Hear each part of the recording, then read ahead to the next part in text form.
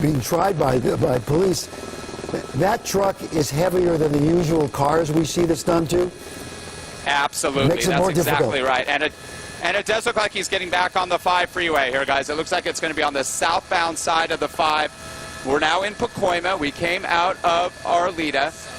LAPD is following this from the air as well. There's an LAPD airship up southbound side of the 5 freeway, now approaching the 170 in the far right lane. And initially, just prior to us picking up the pursuit, Steve, we did hear that he was traveling at a very high rate of speed and very dangerously on the northbound side of the 5. Why he chose to exit at Terabella and make his way into Arleta and then back onto the 5, we don't know. Sometimes these guys are familiar with these neighborhoods.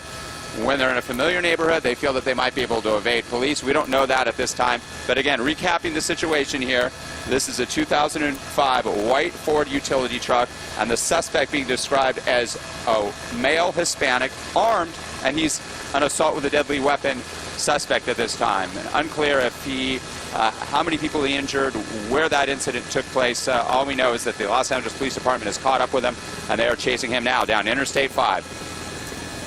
Hey, Rick, it's Marla here. Any indication that the utility truck is a stolen vehicle, given that it is a utility truck?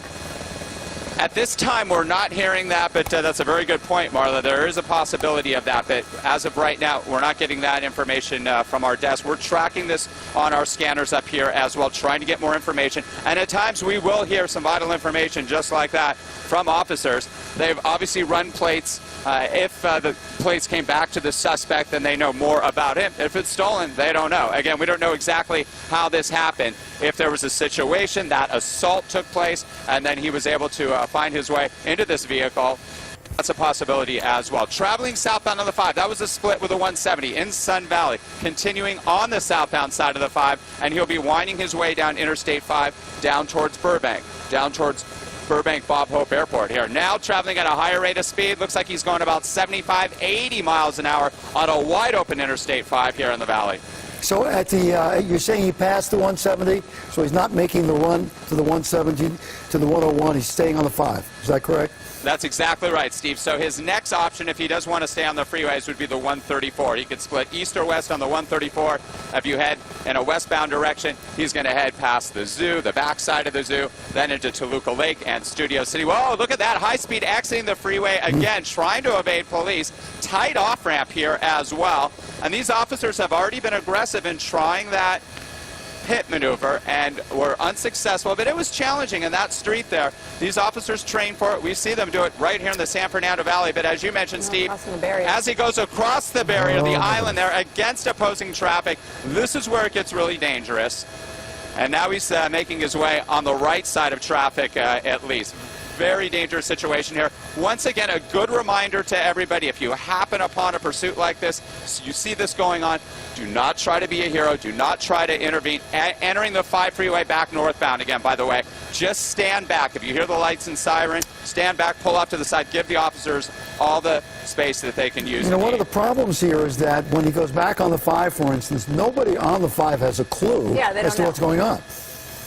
That's exactly right, right here, as you can see. And, well, why not just a little bit for a moment, because I want to show you how many officers are trailing this suspect. 1, 2, 3, 4 patrol cars trailing this utility truck that has now been pursued for a good 35, going on 40 minutes now. Now heading back northbound on the 5. You saw him exit the freeway here in Sun Valley, wrap right back to the north. Again, why he's going back north? Does he want to get back to a neighborhood he's familiar with? We don't know, because we don't know where this guy's coming from. A lot of the times it's just an erratic move to try to evade officers, and it was unsuccessful there. Officers still tracking him on the ground with those patrol units and in the air with an LAPD airship, making his way northbound on the 5 now. And as you see, we'll widen out a little bit, you're going to see that merge now again with the 5 and the 170 in the north end of Sun Valley. He'll be heading northbound and continuing up back to where he came from, where we picked up the pursuit in Arleta and Pacoima.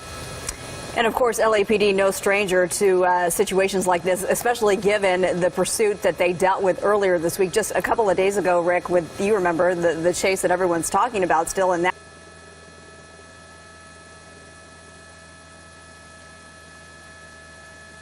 Yeah, a little over 30 minutes ago, that's what we're hearing. They first picked it up on the scanner in the valley here. The mission station of the LAPD picked this up We're unclear on how this happened. It could have been a simple traffic violation, and they ran the plates and found that the individual connected to this automobile, this utility truck, is wanted for an assault with a deadly weapon. Or there may have been a situation that occurred just prior to the pursuit that led to this chase. And this chase now is on Interstate 5, traveling northbound. He's going about the speed of traffic now, about 65 miles an hour. I'm counting several patrol cars still behind him. I'm also seeing officers up ahead. A lot of times what officers will do is they'll do some planning to position officers ahead to control traffic, to back traffic off. If they can clear the freeway, get that open spot again, they can try that pit maneuver again, try to spin this guy out and bring this pursuit to an end.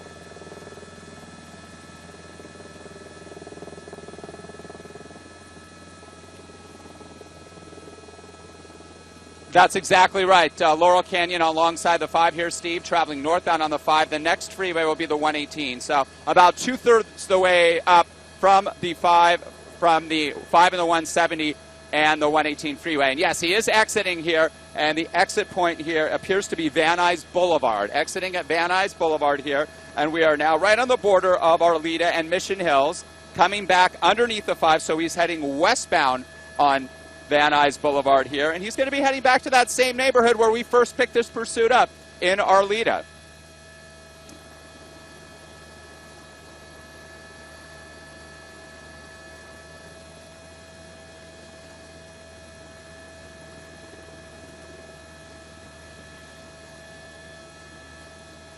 That's exactly right, Marley, and he is traveling southbound here, coming off of Van Nuys Boulevard back into a residential area, and that's a good point in this neighborhood especially because you have narrow streets, you have more pedestrians, it's the middle of the day, it's the noon hour.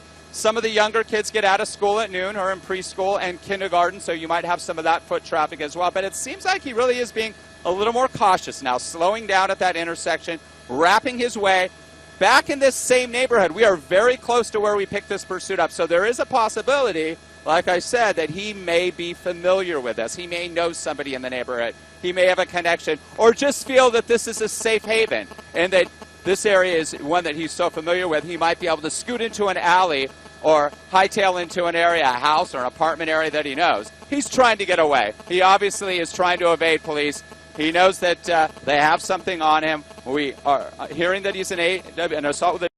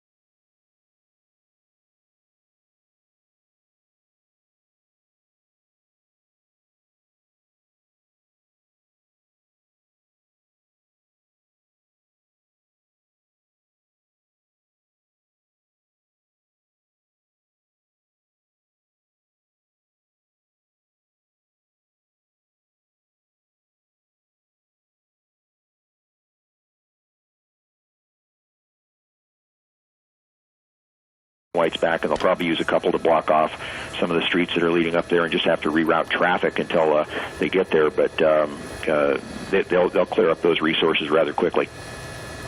All right, so you've pretty much seen what happened here, and Jim Holcomb, thank you very much. And Rick, for you, this thing started, it looked very frightening for a while. We saw the guy drive through an apartment complex, it looked like, hit a gate, knocked a man over. We had a couple of pit maneuvers that were unsuccessful, and then it came to this end. We will bring it up to date on the latest on this coming up at 5 o'clock in Studio 11 LA, and that's it for us. We thank you for staying with us through